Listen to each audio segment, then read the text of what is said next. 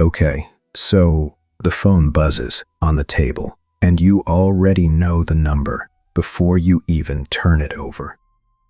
You owe more than you can pay, and tonight, like every night, that number is not going to let you sleep. You already know this weight, but let me name it properly, because, see, this isn't the same as the ordinary money worry that everyone feels. Ordinary money worry, it comes and it goes, but this one has your name written on it. It has a date attached to it and a person on the other end of the line who's waiting. There's a letter sitting on the counter that you haven't opened in 4 days. There's a friend you used to call all the time, and now you just let it ring because you owe him too. And honestly, you can't bear the sound of his voice being kind about it. You check the balance one more time, kind of hoping the screen has changed since this morning. It hasn't. And somewhere, a small clock just keeps running, whether you sleep or not. The interest, the late fee, the number quietly growing in the dark while you lie there doing that math that never comes out right. That's the particular shape of it. Debt is worry that follows you right into the room, sits down on your chest, and just won't get up. And underneath all of it, there's a quieter thought, the one you'd never actually say out loud. Maybe this is what it feels like when God has turned away from you. Maybe the debt itself is the proof that you've been left to sink. Hold on to that thought for a second, because a man once sat exactly where you're sitting tonight, carrying exactly what you carry, and the answer he was given turns that thought completely around. It happened in the mosque of the Prophet, peace be upon him, more than 1400 years ago.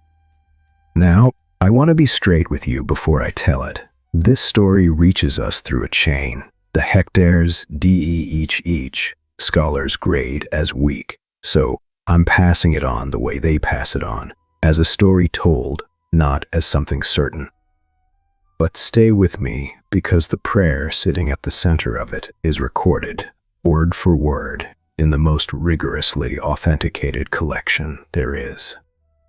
One day, the Prophet walked in and found one of his companions, a man named Abu Umamah, sitting there alone at an hour that wasn't the time of any prayer, just him, in the empty hall, long after everyone else had gone back to their lives and their work. And the Prophet didn't just walk past him. He stopped and he asked a gentle question. Why are you sitting here in the mosque when it is not the hour of prayer? The man's answer was only a handful of words. Worries that will not leave me, he said, and debts, O messenger of God. Worries and debts, that was the whole confession. The very same two things pressing down on you this very night, the anxiety and the money owed.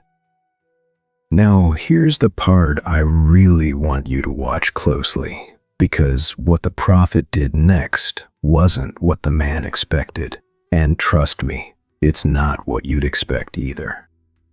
He didn't reach for money. He didn't offer to pay the debt himself or send the man off to someone who could. He didn't say work harder or worry less or just have more faith. He gave him words, a short prayer to say in the morning and again in the evening. And in that account, he told him that if he kept saying it, God would lift both burdens at once, the worry on the inside and the debt on the outside. Now, the words themselves, these are words Anas binet, like heard the Prophet say again and again, recorded in Sahih al-Bukhari. So let me hand them to you now, and let me open each one up for you, so that you're not just repeating sounds, but actually understanding the shelter you're stepping into. He told him to say it slowly, So take your time with this. Here are the words, written out the way they sound. Pause here if you'd like to read them for yourself or copy them down.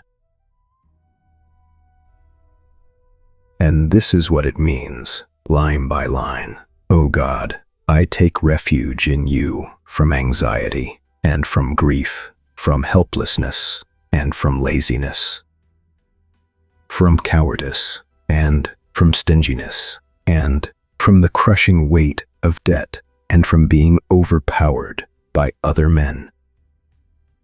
Notice first what kind of prayer this isn't. It's not, "Oh God, make me rich." It's not even, "Oh God, pay off what I owe." It's a prayer for one thing, refuge. The word the prophet chose means to run for shelter, the way you duck in under a roof when the sky suddenly opens up over your head. And here's the answer to that quiet thought from the very beginning. The one that whispered your debt is proof that God has abandoned you. Look at who's teaching this prayer.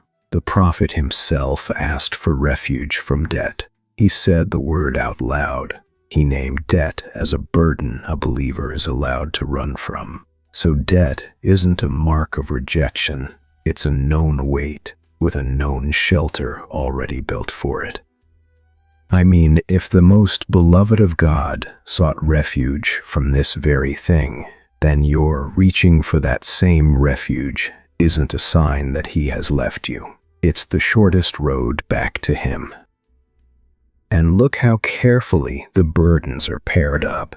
Anxiety goes with grief, the trouble in the mind, and the ache in the heart. Helplessness goes with laziness, the things that are done to us, and the things we fail to do for ourselves. And right at the very end, debt is paired with being overpowered, the weight you carry and the people who use that weight to lean on you. See, the prophet didn't pretend your debt was only in your head. He named the phone call, he named the man on the other end of the line, and then he handed you a few short words, strong enough to meet all of it. Strong enough to meet all of it. So, did it actually work? In that same narration, the companion tells us himself, in his own plain words. He said, "I did that, and God removed my worry and settled my debt." Both of them, the weight on the inside and the weight on the outside, the worry that had driven him into an empty mosque at the wrong hour, and the very numbers that had put him there, all of it gone. Now, I'm not going to sit here and tell you that words alone will make a lender vanish. That was never how the prophet lived, and it's not what he taught. Faith didn't replace the work, it carried the work, so you carry both. In the morning, before the day and all of its demands can reach you, say the prayer. And in the evening, when the house has gone quiet and the worry climbs back up onto your chest, say it again. Morning and evening, the two edges of the day, the man was told to guard. Yeah, think about this. Think about this. And then, in the hours in between, do the plain, honest things. Write down everything you owe, all of it, even the number you've been most afraid to look at. Talk to the people you owe before they come to you. Take the small, lawful step you can actually take today instead of waiting around for the rescue that lets you do nothing at all. The refuge isn't there to replace the walk. It's what lets you keep walking after your legs have already given out. And there's a promise waiting at the end of that walk. In the Quran and chapter 65, God promises that whoever is mindful of him, he will make for him a way out and will provide for him from where he never expected. Not the way you planned it, not the source you'd been counting on, from where you did not expect. So keep your eyes open for a door that was never even drawn on your own map.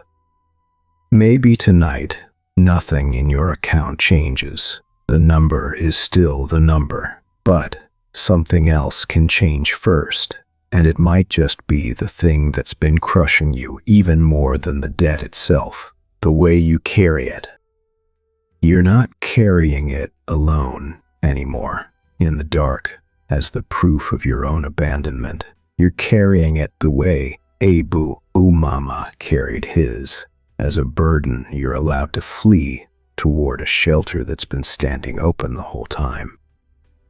So when the phone buzzes again, and it will, and you know the number before you even turn it over, try something different.